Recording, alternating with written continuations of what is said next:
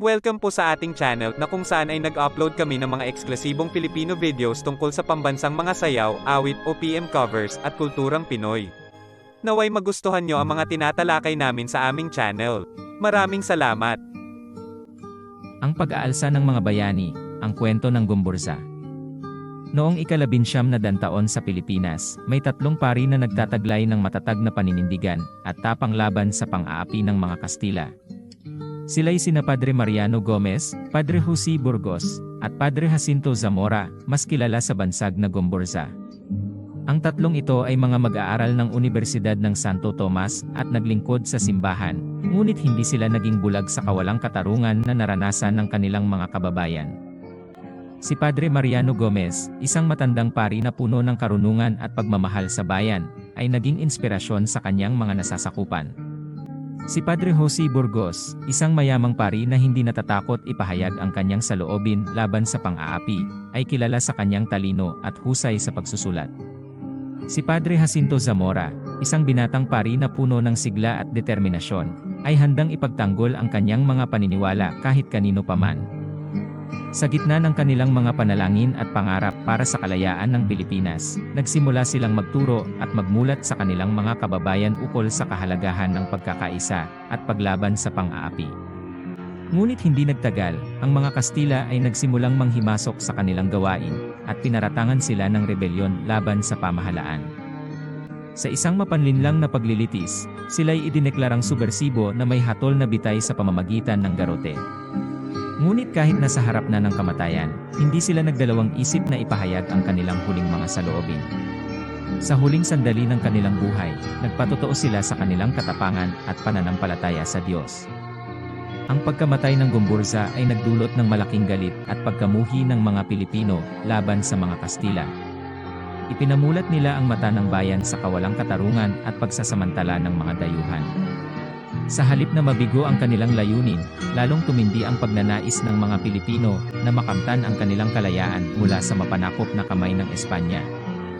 Sa bawat alaala ng Gumburza, patuloy na nabubuhay ang diwa ng pagmamahal sa bayan at pagiging handa sa sakripisyo para sa kalayaan.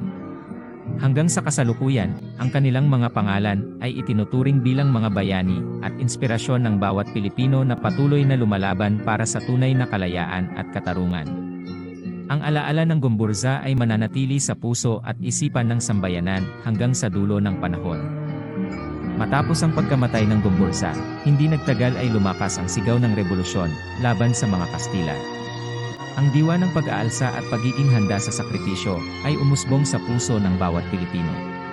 Naging inspirasyon ang mga bayaning ito sa iba't ibang sektor ng lipunan, mula sa mga magsasaka hanggang sa mga manggagawa, lahat sila ay nagkaisa sa layuning makamtan ang kalayaan.